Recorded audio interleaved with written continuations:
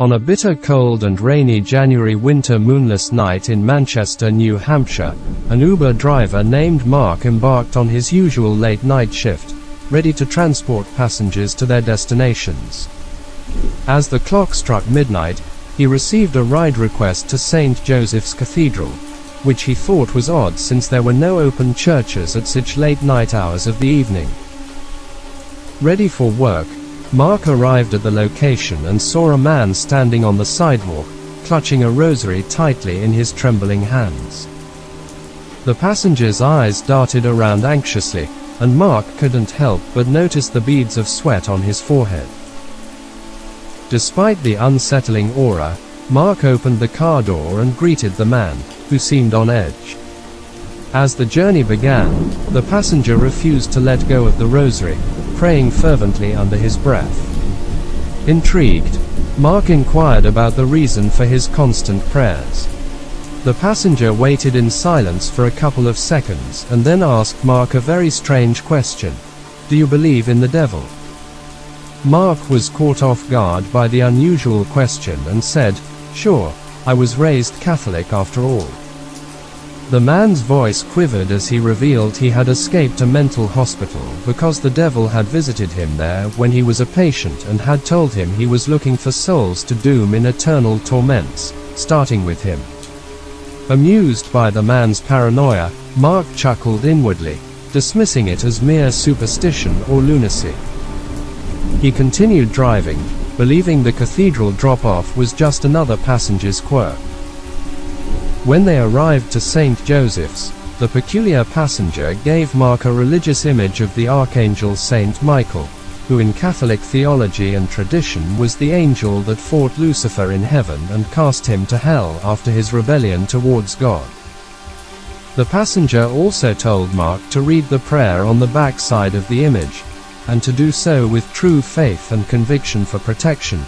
But he didn't know Mark had none of it left after he lost his newborn son due to a premature birth. He then stepped out of the car with paranoid caution and thanked Mark for the ride.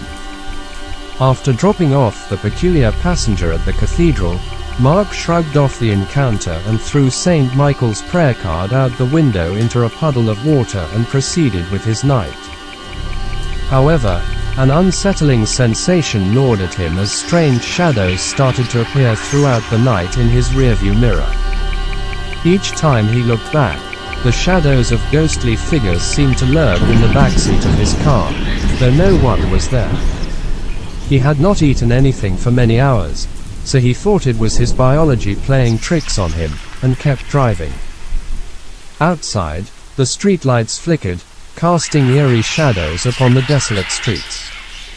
The rain seemed to be getting stronger by the minute, and a vicious thunderstorm that was forecasted in neighboring Massachusetts has started to make its arrival to Manchester.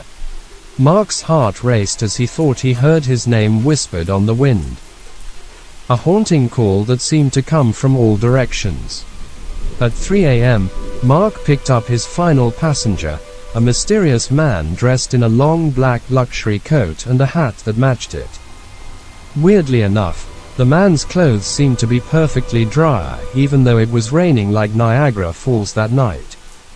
The strange man uttered not a single word throughout the journey, as if hiding his voice or something worse. The silence was unsettling, and the tension in the air was palpable. Mark turned up the radio to make things a little lighter, but for some reason no stations were working, only static was heard on every single channel or frequency, neither AM or FM were alive. As they approached the destination, the man's demeanor changed. With an unearthly laugh, he reached out, grabbing Mark by his hair with a strength that defied human limits. Terror surged through Mark's veins as he struggled to break free, but the man's grip was unyielding. In the darkness, the sinister laugh seemed to echo from the depths of hell itself. Mark's surroundings transformed, and he found himself in a nightmarish realm, far from the streets of Manchester. The Uber driver's screams were swallowed by the abyss as he was dragged deeper into the mouth of wickedness. Shadows twisted and contorted around him, and the man's demonic laughter reverberated in the darkness. Mark's fate was sealed in an instant, drawn into a hellish realm that he could never escape. His disbelief in the supernatural had led him to a horrifying end, and before his final moments in this earthly plane came to pass, the dark presence said with a mocking voice, "Perhaps you should have read that prayer after all." The streets of Manchester would never be the same again, as whispers of the cursed Uber ride spread like the Black Plague, a chilling tale of a night when the devil was set free to do his bidding.